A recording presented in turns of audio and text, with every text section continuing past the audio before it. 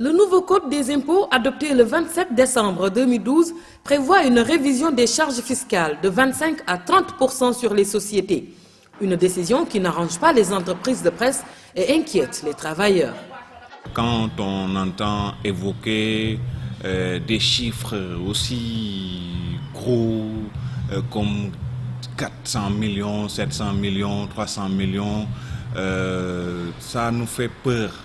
Parce qu'on n'a pas un chiffre d'affaires qui puisse atteindre vraiment ces sommes aussi grosses, faramineuses quand même.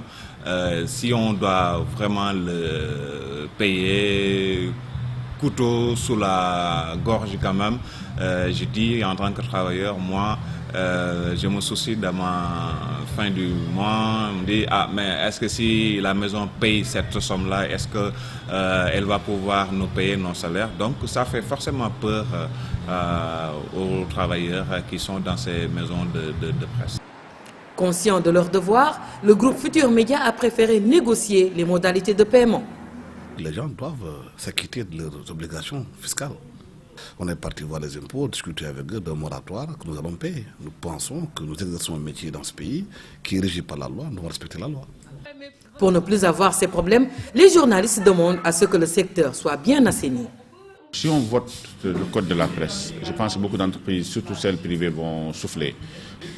Il nous est même arrivé que le fisc bloque nos comptes. Il est même arrivé à ce que les entreprises ne cotisent même pas pour l'IPRES et la caisse de sécurité sociale, et même le prélèvement sur le salaire, les impôts sur le salaire, que les patrons de presse ne versent pas. Avec le nouveau code de la presse, on vous dira que pour créer un journal, il faudra 50 millions, ou bien une télévision, il faudra une caution de 150 millions. Mais aujourd'hui, regardez les télévisions et les organes de presse, c'est avec 5, 10 millions, 15 millions que les gens créent des entreprises de presse. Et demain, ces gens-là veulent se faire des bénéfices. Ce n'est pas possible. Moi, je pense que le code de la presse, quand même, sera salutaire et que ça va aussi assainir les milieux.